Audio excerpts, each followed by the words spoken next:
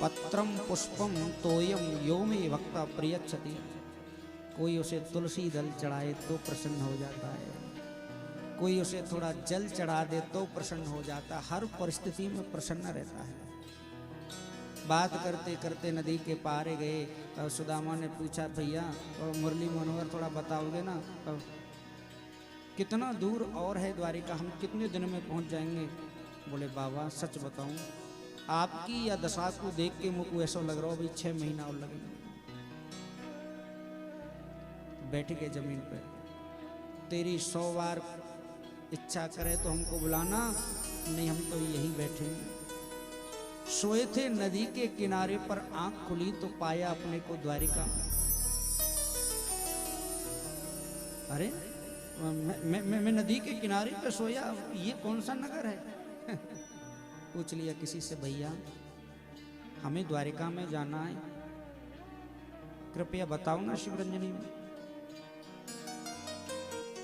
बोले बाबा अच्छा मजाक कर लेते हो। बोले कैसे? बोले द्वारिका में ही तो खड़े हो आप। जैसे ही मेरे गोविंद ने सुना द्वारिका में, हृदय रूपी सागर में आनंद के हिलोरे उठने लगे।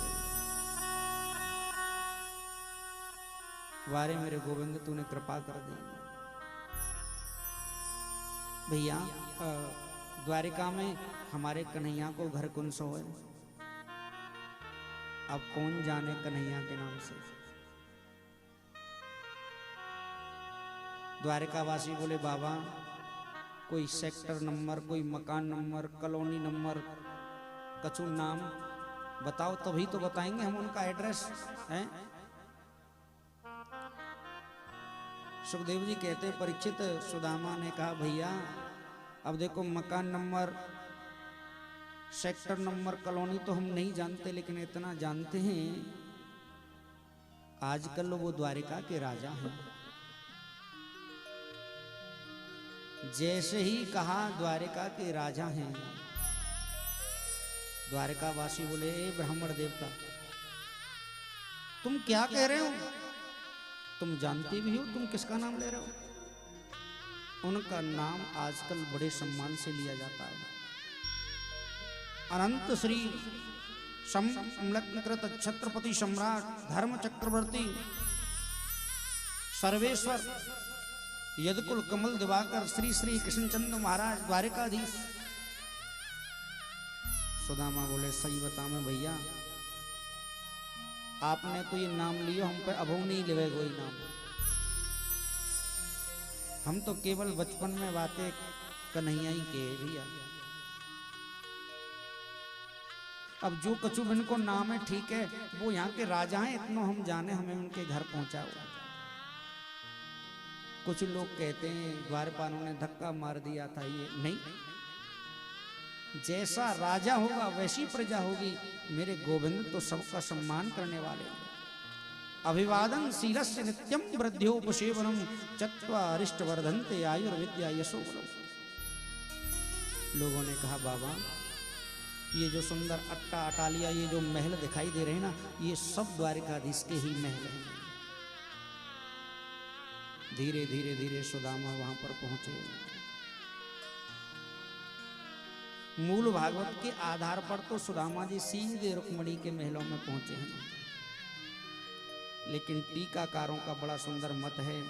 जैसे ही द्वार पर पहुंचे तो द्वारपालों ने कहा बाबा आइए, कहां से आए हो?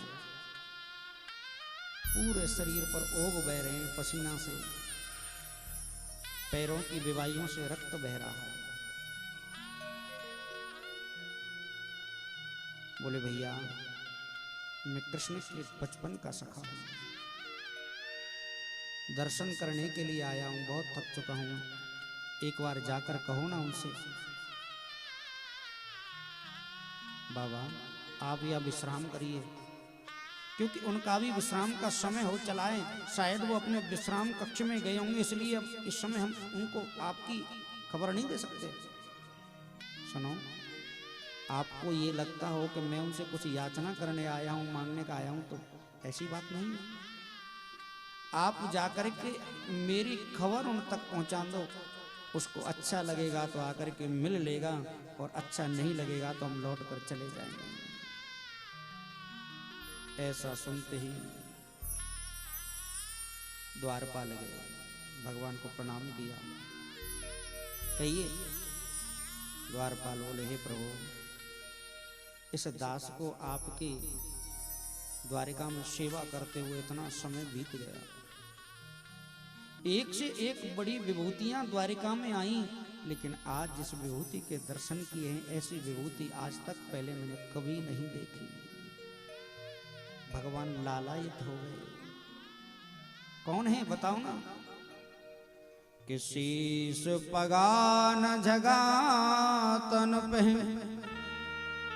प्रभु जाने को अहे बसो कहीं ग्रामा।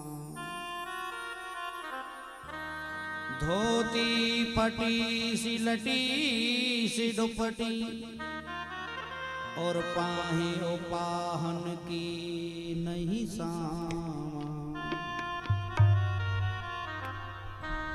द्वार खड़ो दुज दुर्बल एक, रहो चक्षु वसुधा अविरामा। पूछत दीन दयाल को धाम, बतावत आपनो नाम सुधाम।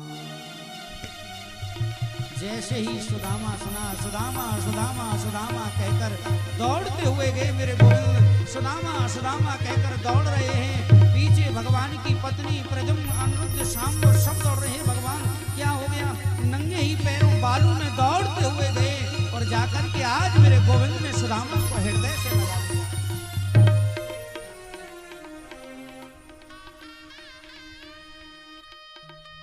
दोनों के कंठ अवरुद्ध हो। सुखदेव जी कहते हैं, परीक्षित, दोनों के कंठ अवरुद्ध हो गए। एक मित्र ने दूसरे मित्र को अंक में भर लिया, कस के बाजू बंद पकड़ लिया।